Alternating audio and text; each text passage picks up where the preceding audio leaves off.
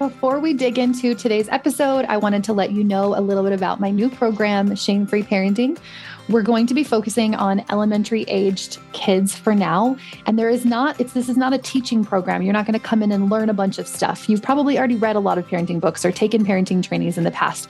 This isn't something that you're going to come into and learn from. This is something that is going to change you at a core level so that you won't just know how to parent in a more shame-free way. You will do it. By the end of this program, you will be able to parent in a way that you are proud of. You'll be able to know how to build shame resiliency in yourself and in your kids.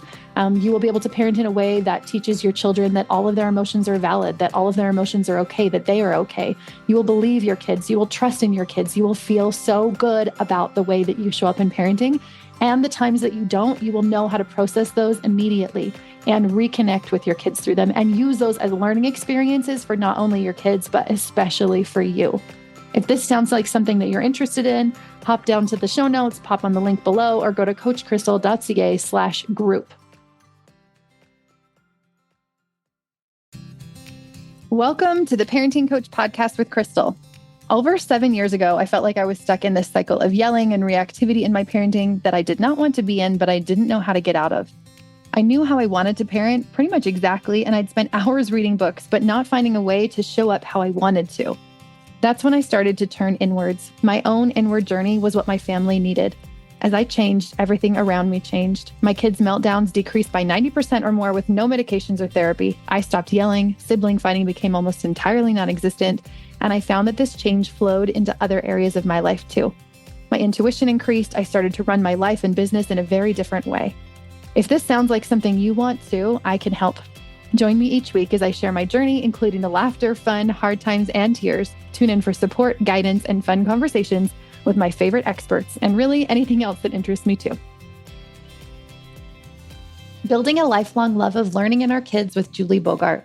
Are you looking for ways to help your child love learning a certain subject, especially the ones they seem to drag their feet about? Or do you have an avid learner and you want to make sure that you continue to add to that love of learning instead of dousing the fire that they have? Join our conversation today with Julie Bogart, Bravewriter. In this conversation, we are going to cover how to build a love of learning in homeschool and public school, how to use your child's interests to help them learn, how children are always learning and how we can help cultivate that instead of taking away from it, what education truly is and why it's important, and how to add in regular doses of surprise and delight to help our elementary-aged kids love learning any subject like poetry, writing, and even math. Hello, everyone. Welcome to the podcast. I know that almost every time I have a guest, I'm like, I have a special guest for you, but I really do. I love all the guests that I have on my podcast, but I'm so excited for today's episode with my friend Julie, because I have been following her English homeschool curriculum-y stuff that we'll talk about today for years and years and years with my kids. And we've been in the homeschooling world this is our 12th year. And I'm excited for this interview. So Julie, for those people who don't have any idea who you are or what you do, why don't you introduce yourself? Thank you for having me to your show. First of all, my name is Julie Bogart, and I have written books. The one that most people know about is called The Brave Learner, Finding Everyday Magic in Homeschooling, Learning, and Life. And it really is a parenting manual for helping families discover a love of learning. So that's really what that book is about. I have another book called Raising Critical Thinkers, which is my favorite book because that's what I care the most about. And then I have a company called Bravewriter.com, and it teaches writing and critical thinking skills to kids from ages 5 to 18. And we are coming up on our 25th year of doing it. We've served over 250,000 families and nearly 1 million kids. And it's just the honor of my life to be in this work. Wow. Okay. So I have to shout out this program, you guys, because I was very hesitant when we started it because it's like a written program.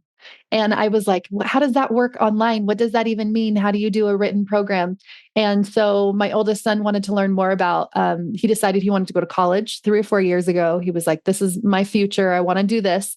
And so we helped him figure out like, well, we probably need to get our English up a little bit. We probably need to get our math up a little bit. And so we started taking these online classes through Julie's program, and it was so good. Like week 1, he was like, I love this. And I was like, you do? I was surprised because I was like, you have to read and then you have to write and then you submit it. And he loved it. He ended up taking all of the college essay prep classes and now he's at college. So it worked out.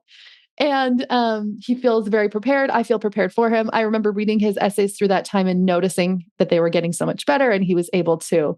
And it was so funny too, because he loves science. Everything he's ever done is science. So I was like, how do we weave English in here? And all of his essays would be like on like the rules around drones and why we should let drones be legalized, or like it would always be something scientific, like, Benjamin Franklin in his life or something. So he wove it in together. But anyway, so make sure you check out those classes because I really think that helped him with his love of learning and through the years. So thank you, Julie, for what you do and that you've been doing this for so long. Oh my gosh. Thank you. I love hearing reports back from actual families. So that was really a gift. Thank you. Yeah. Okay. So I would love to focus on how we cultivate a love of learning in our kids, because what I have noticed, and it really does not matter if you're homeschooled or public schooled, because I've seen it in both environments, that we get to this point where our kids don't really want to go to school. They don't really like learning. They either think internally, I think that they're dumb or that learning is boring. And I just hate that for them. I'm like, oh, but learning can just be so joyful. And we can just find things that we're really passionate about. So how do we cultivate a love of learning, especially when we're noticing that our kids are kind of going through this phase where maybe they like their friends, maybe they like going to school, or maybe they like parts of homeschool, like the co-op that we go to, but not necessarily the learning portion of it. So I think the first place to start is to realize that kids do love learning. And they are learning all the time. It's what they're learning that's up for grabs. So your kids, when they hit high school and they become focused on their friendships and their social interactions, that is their favorite course of study. They're figuring out, how do I fit in? How do I get someone to notice me? How do I handle hearing information from a friend that I don't know what to do with? How do I make calls about what to participate in and what to not participate in? This is a massive learning curve, and it siphons off a lot of energy that you might want them to direct towards algebra or geometry, right? Mm-hmm. But if we start from the premise that children are learning all the time, and we can pay attention to what activates their craving to learn, we actually have a little bit of a window of insight into how to weave in those subject areas that we think are important. So when you have kids who are really young, I like to recommend surprise and mystery as these sort of additives that you bring into the homeschool environment or even the school environment. You do not have to homeschool to benefit from these ideas. Little kids need regular doses of surprise. The whole world is surprising to them. Mm-hmm. But if we're wanting them to learn something as beautiful and interesting as the grammar of English or mathematics, reducing it to a worksheet is the quickest way to kill any hope of a love of learning about those subjects. And yet, your kids will want to play board games. They love wordplay. They find it fascinating to be taught interesting bits of information that are surprising or unique. And so it's our job as a parent to look for the angle that engages the child. We don't adapt the child to the lesson. We adapt the lesson to the child. So when you have a teenager, yes, social interaction matters a lot. So I remember when my daughter was like 15, she was reading these sort of meaty novels at that stage, and her dad was a literature professor. And so they set up a book club on Friday nights, or it might have even been Saturday, but it was like a weekend night. And she invited 5 boys to be in this book club. There were no girls. It was her and 5 boys with with her dad, and I made brownies. And then they would just discuss the book the same way I would go to a book club with women and have a glass of wine, right? So this became like a favorite thing to do each week. This was a way to make literary analysis relevant to a kid whose learning curve is really about making friends. And yet they all remember that group, and they remember what they learned, and they remember their discussion topics, and they were relevant to them at that time. Same thing with learning math. I've put my kids with tutors. I've put them in classes. When they needed that social engagement, I used that to my advantage when I'm trying to help them appreciate or learn a subject that feels a little bit challenging or off-putting or boring. Okay, so I have to share a couple examples of this because this Right. is too good. So if you don't know Julie's programs, one of the things she talks about is poetry tea time. We have been doing this for years. I haven't in the last couple of years because we've been traveling, but we used to do this a lot when my kids were little. And I had this in mind of like, we're going to sit down and read beautiful poetry and everyone's going to like just sit there and listen. Anyways, so I get out these beautiful poetry books and the kids, like nobody's listening. Nobody wants the poems that I picked. None that for sure they don't want to write their own poetry because I'm like, no, we're going to write. And they're like, what? Anyways, so over time, I'm like, okay, this is not working. I go get Shel Silverstein.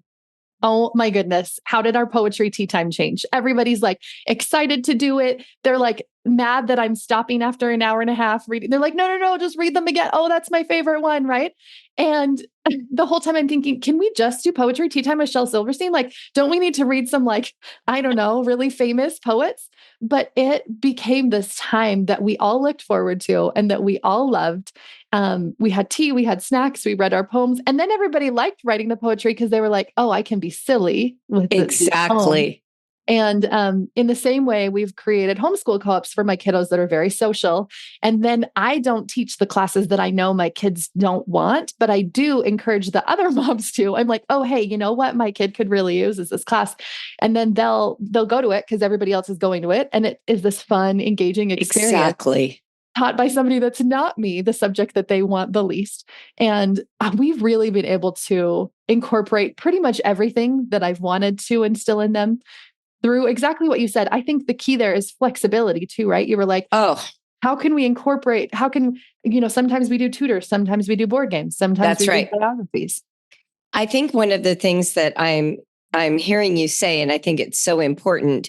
Yes, flexibility, but flexibility in service of your kids, right? Mm. A lot of times parents, and I was thinking about this morning, in fact, I had a mom come to me and she said, I have 4 kids and they're all strong-willed. And I was like, oh, 4. Well, that's a lot of strong will in your family. Tell me more about that. And she said, well, I've set up this schedule. And if everyone would just do it, we would all be so much happier, but they just won't do it.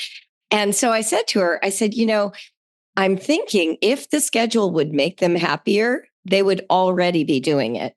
And she paused to try and think about that. And I said, in this equation, it sounds like the strong-willed person might be you. And she about dropped her phone. She said, me? I said, well, the only inflexible person in this story is you.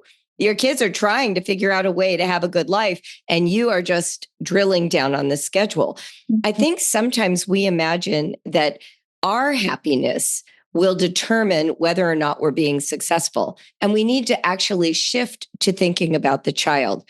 Now, I understand there are some subjects you feel like you just have to get through. And this is why I talk about enchanting and education. So if you're teaching your child how to handwrite and they're copying a passage from a book or they're using a handwriting book, that's challenging labor. I don't know about you, but I had to write handwritten invitations for a baby shower for my daughter-in-law. And I was sick of doing it after the 3rd invitation. Yeah. You wanted to do this like old-fashioned thing. I'm like, can't we just use Evite? Like it'll keep track of everybody. I'm over here handwriting these invitations. And so it reminded me of how hard it is when you're out of practice or new to handwriting. With my kids, we used to have them light a candle at the start of their copywork session. So they had their own little tea light. They could strike the match. They could light it. They would copy their passage, and then they would blow it out when they were done. And the whole goal of that was just to add something a little bit pleasurable to what is a tedious task. Yeah. Now, interestingly, later, when I was doing research for Raising Critical Thinkers, I ran across research that says signaling the beginning and the end of a task helps people to sustain their energy and momentum in that task. So unwittingly, I had stumbled across, okay, the initiating moment is lighting the candle. The finishing moment is extinguishing it, and it leads you to a sense of accomplishment. A lot of times, our education practice is very 10 problems a day of math until you die. Yeah. Nobody wants that. So how can we think about bringing some of these enchantments, some variety. Maybe Thursday is always no math day and everybody looks forward to that. Maybe Tuesdays are the day your kid gets to decide how many problems they do. They can do any from 2 to 10 and they decide. If we inject some of these ancillary experiences into the hard subject, you're much more likely to grow a love of learning. Oh, yes, absolutely. And I've seen that too, right? Like, I remember when my kids were little, also, I'm not a science person. So I remember being really daunted by science and daunted by art, because those were the two things that really weren't me. And so I did, in my mind, I wasn't doing it very well. I went and grabbed a fun book from the library and was like, let's do all these experiments. And same with art. I would put them in art classes, or we'd just be like, create whatever you want. Anyways, I literally raised 4 science artists. And it's blowing my mind because I'm like, no, but I like English and I like history and I'm a writer and my kids are not. They love this. And I'm like, how did that even happen? But looking back on it, like those were the subjects that were really fun. We did volcano experiments. I, found science fairs and I wiggled my way into them, even though they hadn't previously had homeschool students there. I was like, please, can you let my kids, they love this. Anyways.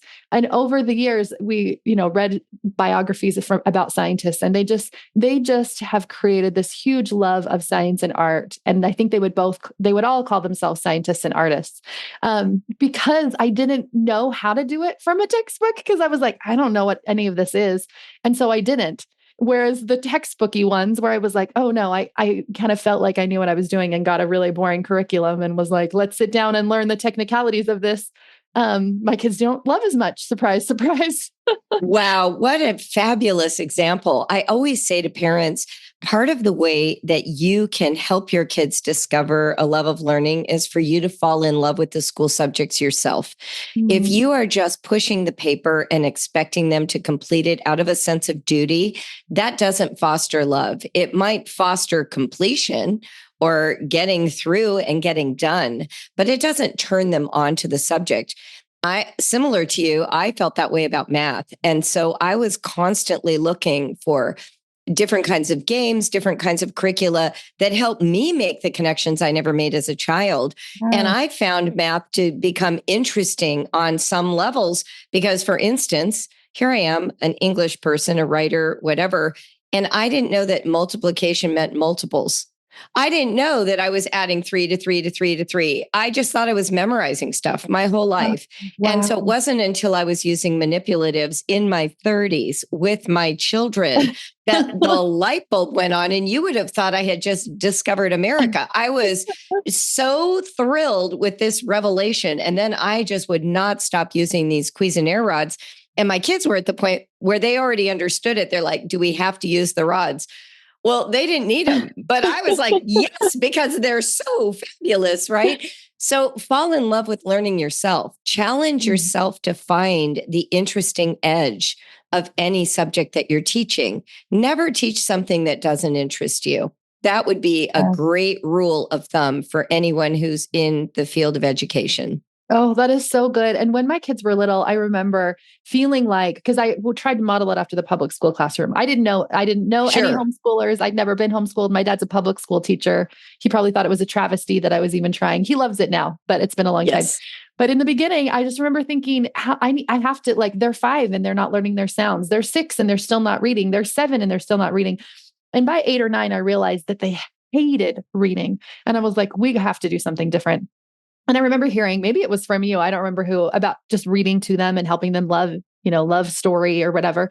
It probably was from you. Anyway, so I started reading out loud to them every day. And I was just like, we're just going to read out loud. We're going to listen to audiobooks. And I realized that for about a decade, I'd given up reading because I was like, I'm too busy. I'm too busy as a mom. I'm changing diapers. I'm putting kids to sleep. I'm too busy to read. And it's something that I had loved, but I had decided wasn't productive enough. And so I started reading on my own again. And I just loved it. And my kids all became these lovely readers that some of them read when they were 7, some of them read when they were 4, some of them didn't read till they were 11. And they all love reading. And we read just a copious amount of books. And my husband, who grew up in a home where he didn't really read a lot and in a school system that told him that he was dumb, basically. And he probably had pretty severe dyslexia that went undiagnosed his whole entire life and was in reading programs year after year, all summer, spending time, really, if you really want to hate reading, just force your kid to go in all the reading programs, right? So he grew up thinking reading was just not for him. Well, he totally transitioned that also and would start to ask us to get books from the library because we'd all be sitting and reading and he'd just be standing there every evening and reading. And so him in his late 30s became an avid reader as well. And when he had gone his whole life thinking, I'm not a good reader, reading's not for me. There's people that are good at reading and people that aren't. And now loves it too. And so I love that story of yours of in your 30s because it doesn't matter what age we are. It could happen when we're in our 70s. But we can fall in love with those subjects again and almost relearn how we should have gotten it back then, right? The fun that should have been there. It's funny that you brought up the 70s. My mother is 86 and she lives locally to me. She moved out here a year ago so I could be around her and take care of her. And she lives in this assisted living environment. She's an author. She's written 72 books. Whoa. And yeah. And so anyway, they have lots of activities at this assisted living. One of her friends teaches an art class. Another one does flower arranging. So my mother started this little writing clinic. And these people in their 80s are coming. She has about 8 that come every other week. And she picks a theme and then they all free write and they talk about it. And these are people who, at the beginning, there were a couple who were too intimidated to put their thoughts on the page because they were afraid it would be scrutinized. But of course, my mother is not there to scrutinize anything. And now it's this dedicated group. They look forward to it every week. They discuss what they've written. They write about things like hope or their favorite school teacher or a memory that comes back a lot or joy. She's always trying to help them focus on things that give meaning and purpose to their lives. And it was striking me how so often we think the goal of education is to get a job. But the goal of education is to have better access to yourself. It's to know yourself better. It's the power that you have to operate in the world in a way that creates meaning for you and for others. And so that doesn't ever end. When you said 70s, here, my mother is learning to do art at 86. And she's got people in this writing clinic who are meaningfully using writing as a gift back to themselves. This is why we educate children. We don't educate them just so they can get into college, so they can grind away for Procter and Gamble. We're raising them so that they have a greater appreciation for the gift of being alive, being a human being. And if we can keep that in our minds, it will help us think differently about the school subjects. Not got to teach the water cycle, but rather, wow, it's raining. I wonder how that happens. This is incredible. That is the most beautiful definition of education I've ever heard. I think that it's so spot on. As soon as you said that, I was like, yes, it is. It is to know us better. And I think through my own reading, my own writing, my own learning, I have gotten there. And when you talked about math, I was like, oh, I probably haven't gotten there with math yet. I should probably work on that one. Well, no, that's 100% true even for me. Last year, I was shopping at this computer store. And as I was going through the checkout line, they had these books that were math games, like a workbook. And I thought, oh, do I dare? It sounded hard. So I bought one of these books and it's on very bad worksheet paper. And I just started doing the games each day and they were hard for my brain. I'm in my 60s and I'm like, oh, this is a younger woman's game.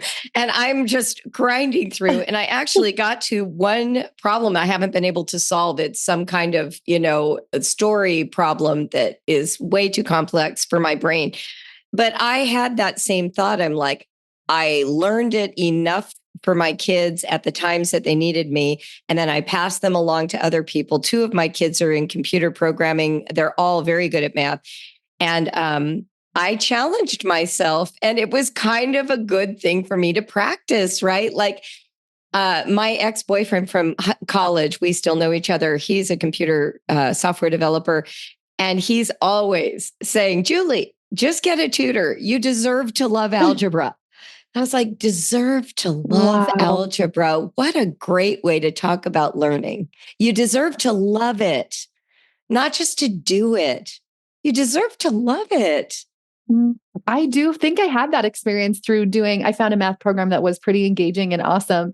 And I started playing the games with the kids, and they have a parent program also to help help the parents love math. And it was through logic puzzles. And I was like, Wow. oh, this is actually really cool. Really fun. Yes. I have not heard of deserve to love algebra though. I think I need to know your friend and also start loving algebra.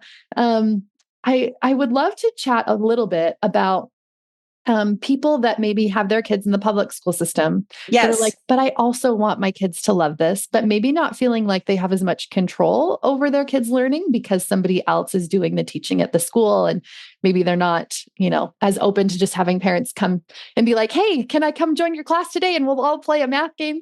Um, so in kindergarten, I was like constantly like, can I volunteer every day? Can I And they're like, no, you can't volunteer every day. Anyways, by the end of kindergarten, I was like, maybe I should try homeschooling because I just wanted to do it my own way.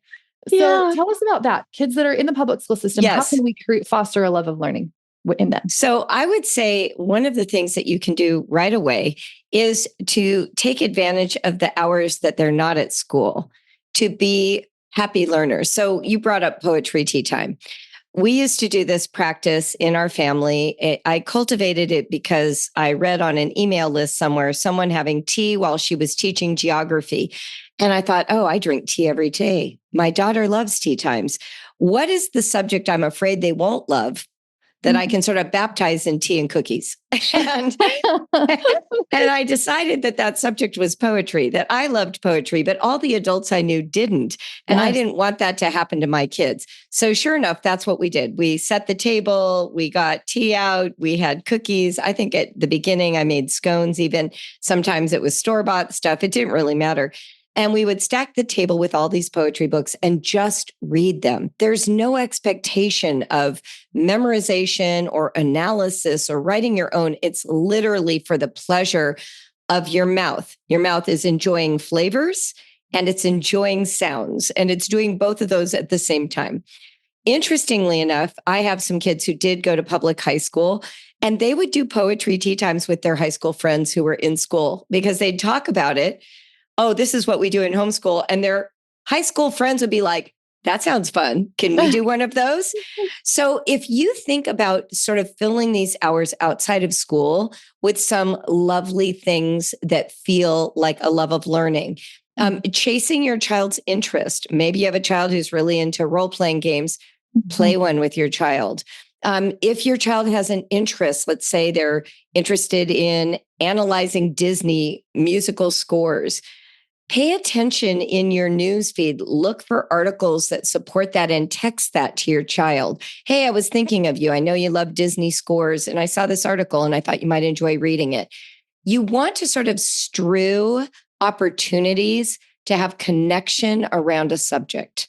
So don't worry so much about school. School's going to do what school does. You can't fix school, and it's fine. A lot of those kids, I'm a public school product. I turned out fine, right? I turned out fine. So I'm not worried about that so much. But if you want to foster a love of learning, use those outside hours to really chase some of these waterfalls that are interesting to your kids. And it will range. Some of it might actually be school content.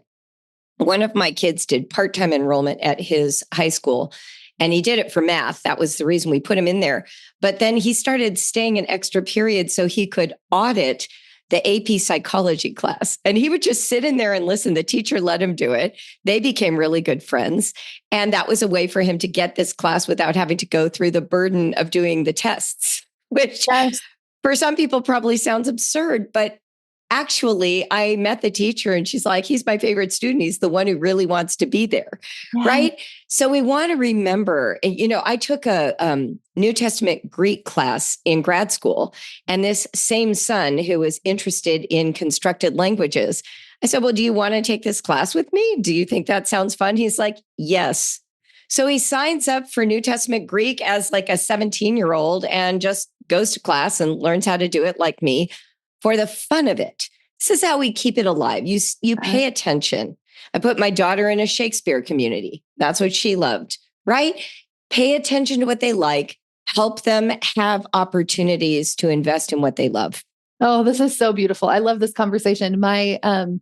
I also took New Testament Greek when I was in college because I thought it would be fun and it was very difficult. I was like, It's oh, this so is difficult. What are these case endings? What in the world? no. And our teacher was like, by the way, this isn't like a spoken language. And this is, this is kind of a dead language. And I'm like, why are we learning a dead language anyways, but my kiddo that just left to college recently, I really feel like he's caught on with this love of learning in such a variety of different things. So he shows me this list on his phone, and it was probably 15 lines long of all of the classes or clubs he wanted to audit, as well as, so he's taking 6 classes. He's doing mechanical engineering. And he's like, but I really want to do dance. And I've never learned track. Like track sounds fun. And I wonder if they'd let me audit this art class that I found. And I'm like, honey, you can't audit this many classes. But also, I love that you're so excited. He's like, well, help me narrow it down. And he was having such a hard time even narrowing it down to the 2 or 3 he wanted to try and go convince the professor to let him audit because he was so excited about them. He found a philosophy class on like something about learning wisdom or something. And he thought, doesn't that sound fascinating? Like he is so excited. He called me after day 1, which was yesterday, and told me all about his classes and everything. And he just has this, it's not about even getting his degree. And I also have told him that I'm like, if you decide you like something else, great. Like this isn't what it's about. And I think because we've been so loose about it and because he's really fostered this love of learning, that he's like, college is so fun. He's like, it's going to be like this giant summer camp where he even said that to me. He said, it feels more like a summer camp where I just get to choose what I want to learn and what I want to take. And it's just going to be so fun. And I thought that is not how I went into university, thinking about university. I did not have a love of learning. I was very much like, how can I get a 4.0 so that I can get into the grad school that I want? Like that was my only aim. And I love this transition. And I love that you can do it no matter what schooling system your kids are doing, that you can. 100%. In fact, if I think back, one of the things I loved about my mom as a mother of a public school family, right? All 3 of us went to school, is that she sort of saw it as her responsibility to expand on what school was doing. So we were always signed up for like the children's theater package where we would see plays, over the course of a year. Or they used to have these back in the day before television does what it does today. They used to have these summer movie clubs, and you could go to a movie theater twice a week and see a double feature, and it would be these old classic movies, right? So she'd sign us up for that. She used to read aloud to us, of course, took us on field trips. She was just constantly, she'd host parties. We did a back to school brunch with all my girlfriends before school each year. Like she was very aware that she could enrich what was happening at school. And I think sometimes in today's world, we have delegated so much power to the institutions, and then we're loading up on credits and volunteer hours to look good instead of actually to do good and be good and feel good. And those are the things that we're really looking for. I remember wanting to do like gymnastics competitions in junior high or high school. And my mom was like, oh no, that's going to take too much time. You have all these other interests. Like we don't want to just narrow it down to one. Yeah, and I think that's the other piece of this. We're in a culture that really promotes specialization. But when you're under 18, unless you truly are gifted, and very, very few of us are, this is an opportunity to try all kinds of things. I was on a basketball team in junior high in intramurals. I'm 5'2" now. I was like 4'6" then. I didn't know that I shouldn't want to do that, is what I'm saying. You should be able to try things. And so look for opportunities. One of my kids wanted to host a Jane Austen style ball. Well, I didn't know how to create that for her. So we did research and found a vintage dance company in Cincinnati that had lessons for adults. I asked if it was okay if my junior high daughter took the class with them. They said, yes, make sure you bring her brother. So she and her brother were paired together. They got to learn all the vintage dances. And then that group hosted a ball, loaned her a period accurate gown, and she got to have the whole experience. This is the kind of thing that parents can do. They can provide research, transportation, and some kind of funding. And if you don't have money, do what I did. I bartered. I said, look, I can't afford $8 a week, but is there something I can do? And they're like, yeah, you can distribute flyers in the neighborhood each week for us. So don't be limited even by money. Ask, can I have this for free? I will do things to make it happen. And there's so many free resources. I feel like, especially now, like there's loads of free resources. And I love what you said. I had the same competitive kind of situation where my son, he was 5 or 6, and I kind of wondered if he was gifted at swimming, because we put him in swimming lessons and I'm like, oh, he's so good. And so then I was like, when his coach came and said, does he want to join the competitive swim team? In my mind, I'm imagining like he's going to be an Olympian. Yeah. And anyways, my husband, who was in sports in that way, in multitude of sports, very, very good at them, probably could have played in college. And he came and said, no, we are not. He said, this was my only, that was my entire life. Every single weekend, every single evening. It was my whole family's life. And he said it was fine because my sister had moved out and I only had one sibling. And he was like, we can't revolve our entire family this way. Like, that's not the kind of life I want for them. So early on, my plans to have an Olympian were squashed. He was before he was even 6. And instead, we just have gone to all these random, whatever looks interesting, whatever sounds fun. And I think that is what has been able to create this child who can't decide if he wants to be a mechanical engineer, an artist, or an entrepreneur. He has these varied interests. He creates beautiful jewelry. He has such varied talents. And I think it came from, we can do like what you said, we can do it. It doesn't matter if we're 5'2", we can also love basketball. Like we just get to do it. It's not about the outcome. I think in our society, we make it so much about, how is it going to make you money? How does this benefit your future? How's it going to benefit society? Instead of what you discussed, education was of how can I come to know myself more? How can I create more meaning in my own world through this? And I love that definition. And you can't always know what you love before you've tried things. Right? There's this sort of like parents looking for what their child loves, and they get frustrated if the child says, I want to play lacrosse. And then one season in, they're like, nah, I didn't really like lacrosse. And then they're like, I really want to be an actress. And then they go to the camp and they're like, no, I didn't really like it. But I think that we forget that you only know that you love something after you've done it for a while. You have to actually go through the journey of what the effort side of it is, what the joy side of it is, what the payoff is. And I think we're overly like sometimes scrutinizing our kids. I would recommend just a lot more silence, a lot more space giving. You know, your child wants to try something, have a little bit of a less invested reaction, like, oh, sounds great. Let's look into it. Right? Yeah, cool. Not, oh, thank goodness you have an interest. And then the parent like lays it all out, let your child take some ownership or some responsibility for figuring it out too with you. I mean, give them the support, but don't feel like it's your job to lock down an interest so that you feel reassured that they'll have a career. I like to remind people when I graduated from college in 1983, the internet did not exist. The career I have today did not exist. I could not even envision this as a career. I had no business background. My major was history. I went off and I was a missionary. I was not suited from anybody's perspective to start a company, right? But the internet gave me a gift. And that helped me become a person I didn't even know I could become. So don't assume that you know the limits of what are available for your child. Things are going to change even now. There are careers. Especially now, right? Our kids, the world is going to be entirely different for them. Yes, it already is. It already is. In fact, my oldest son, he's the one who had the least conventional education, and he got interested in constructed languages through Klingon, the Star Trek language. Right? Love doing Yes, and he ended up studying linguistics in college, but he didn't like any of the GE, so he just scrapped getting a degree and just completed the major for the joy of it.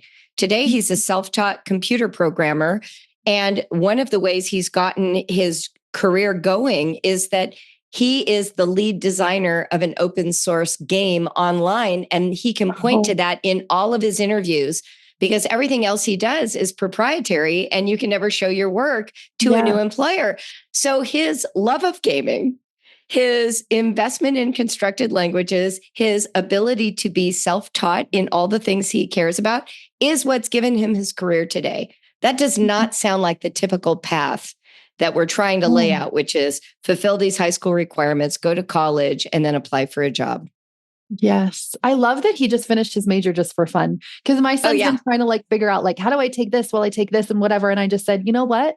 It doesn't matter. It doesn't matter if you change colleges. It doesn't matter if you change degrees, like most people do. Like you're just here to figure out what you love. And I remember watching a little clip of Brene Brown, and she said she would only pay for her child's education if her child didn't already know what they wanted to be when they grew up. She was like, I'll pay for your college, but like, not if you already think you know. She's like, I want you to go and have an experience of finding yourself. And I thought, what a fascinating way to view it. Because we often view it as the opposite, right? Exactly. You're doing it wrong if you don't know exactly what you want to be when you're 17. Right? I know. The rest of your life. And before you even know what kinds of jobs exist, like so many careers that I never had heard of. That's why so many kids are like, I want to be a nurse, a doctor, a teacher. These are things they see every day. Mm-hmm. But what does it mean to be somebody who's in one of these like I have a friend and her whole job is to look at viral bacteria and evaluate what kind of virus or, I guess it's bacterial. Yes. I don't know science well enough to know, but she's evaluating bacteria from all of these tests that people get in the hospital. And I was like, how in the world did that become your fascination? Yeah. And her journey to that point was just so interesting to me. She didn't go off to college saying, this is the specialization I want. Yeah. She was slowly being exposed to different aspects of the medical field. And then this became her passion. Oh, I love that. This is such a good, timely conversation for me to just remind myself of what college needs to be. It just needs to be fun. It needs to be engaging, just like the rest of school was. And instead of trying to figure out like exactly the ins and outs of everything that you need to take and do, my son had asked pretty much every mentor this weekend that he was talking to, like, can I audit a class? Nobody knew. They were like, nobody had even considered like going to a class that you weren't going to get credit for just for fun. We asked everyone. And I said, okay, well, just go to your classes next week that you want to go to and ask your professors. But I just thought it was so funny that nobody, it's not the norm. We just go in and we figure out how to get the thing done that we need done. But it's not about the outcome unless the outcome is just to create and foster a love of learning. So thank you. Thank you for all of this. This has been really fascinating. I'm going to go back and listen to it again because I think there were so many good little tips that you shared. If people want to connect with you, listen to your podcast, all those things, do you want to share a little bit about that? Yeah, that's great. I am active on Instagram. So if you go to Julie Bravewriter, I do these daily morning chats where I try to inspire and motivate people along the lines of what we're talking about today. Of course, my website, bravewriter.com, is good for everybody. And if you have a teenager, I recommend my brand new book, Becoming a Critical Thinker. It is a journal that helps them go through processes to help them grow their ability to think well for themselves. And I think this is a big piece of education that we leave out. We're so busy stuffing kids with information, and we forget to give them the tools to equip them to make these judgment calls for themselves. So that would be a resource for those of you with teens. Other than that, we do have a podcast. It's called Bravewriter. It comes out weekly. So thank you for that opportunity. Thanks so much, Julie. Thanks for coming on today. If you enjoyed this episode as much as I did, I would love for you to help spread the word by getting this message of support and guidance out to as many people as possible. So text it to your best friend or tag me on Instagram and share it. Leave a review, rate it, subscribe it, or follow on your favorite platform. Send me a DM on IG letting me know which parts have impacted you or what you'd like to see on future episodes. We'll see you next week.